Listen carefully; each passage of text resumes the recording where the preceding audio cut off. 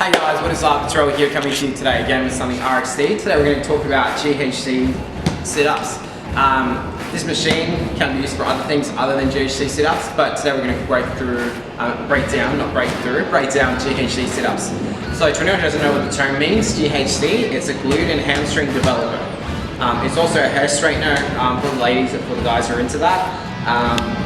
But for today, we're going to talk about the sit-up machine slash glute hamstring developer machine. Alright, so most of these machines have a pad that is rounded, alright? A lot of people complain that their backs hurt when they do a sit-up on this machine. And what we're going to show you is a pain-free way of doing sit-ups on this machine, getting the extra benefits of quarter extremity type exercises where you're able to really engage your abs so that it can translate to other things like being better at your pull-ups, being better at toes to bar, being stronger overhead squats, and all that good stuff. The GHD is a good, awesome exercise. I'm really happy that we were able to find it through CrossFit. So first things first, these pads tend to move forward and back. We can set it up so it's further back. Now if you've got clients, members, people who are trying this out and they feel scared about the apparatus, I think it's a good thing to just explain it to people that this thing here might feel like it moves a little bit, isn't going to go anywhere, their feet aren't going to slide back. A lot of people's issues with this when they first jump on it is going to be that sort of a fear of feeling like they're going to fall back. Just reassure them that the machine isn't going to break and it isn't going to fall back. Make sure that the machine's also up to date and make sure that it's not in a position where it's going to break. We have had an issue where we said to someone it's not going to break. Luckily that was a really good athlete that fell backwards, but yeah, he fell backwards while doing a weighted GHD sit-up. Alright, so you're going to start with it really close. Alright, now the reason why we like this really close is it allows our hip to be completely off the pads. So I'm just going to slide my leg through here, and my butt's pretty much going to be off the pads. Alright, so from here, what I'm able to do is I lean back, and I'm still able to maintain a hollow body position, which we'll demonstrate on the ground in a second. Now, recognizing that hollow body position and recognizing that you're able to maintain it here on the GHD is going to be really valuable to keeping your back nice and safe. So, from that position there, as I lean back, I don't want to neglect or shy away from that hollow body position. Hollow body meaning that my core is engaged, my rib cage is tucked, and my lower back isn't overextending or hyperflexing from the back. So from here, my butt's off the pads, lean back just to parallel and come back.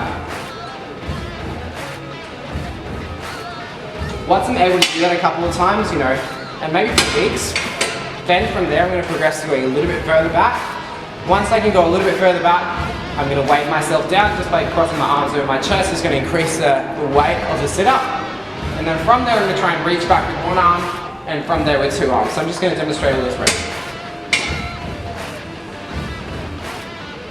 Sorry. Weight it to parallel. Now one arm, and then two arms. Now, in all of those positions, I was keeping my core really engaged, because I was in that hollow body position even as I leant back all the way back.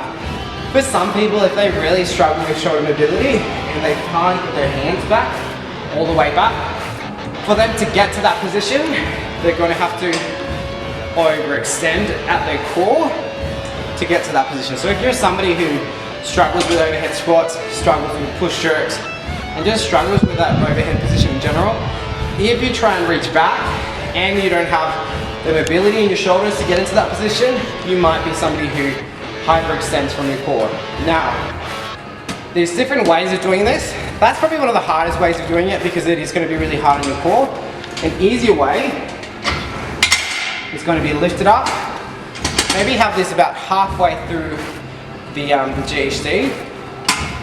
Now from here, what's going to happen is my butt's not going to be completely off the pads, but I'm going to shorten the range of motion.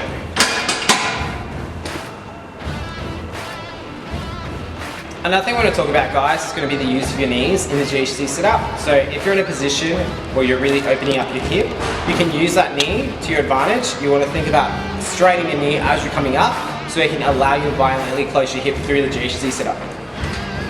So knees are bent. knees are straight.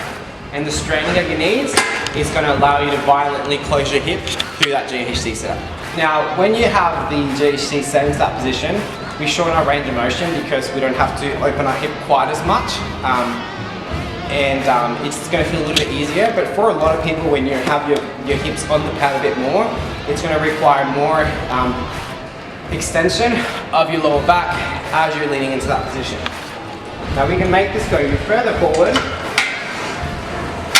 to about there, and now I'm going to open up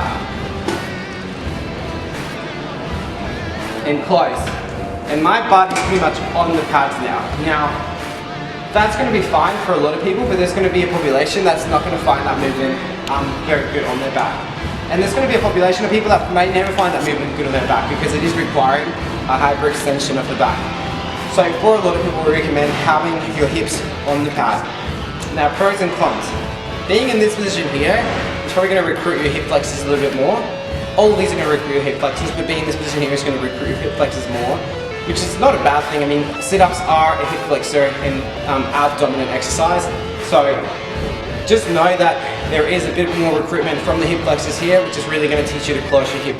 And anything that teaches you to close your hip and open your hip explosively and violently is going to translate to other movements. So other movements where we're looking to close our hip violently would be things like toes to bar and things of that nature, where you don't just want to open, you also want to close. So there's going to be some sort of translation from here to that. GHD is a great machine, guys. You just got to take the time to understand it and learn to perform some of these movements correctly so that they don't hurt you and you're able to get the most you can out of them. If you like these videos, guys, and you want other videos like these where you see us doing GHD sit-ups, please subscribe to our YouTube channel. Tell everybody about Something RXC. If you're interested in more of these long-form educational videos, guys, we'll bring them out to you. Follow us on Facebook, Instagram. Take care and peace.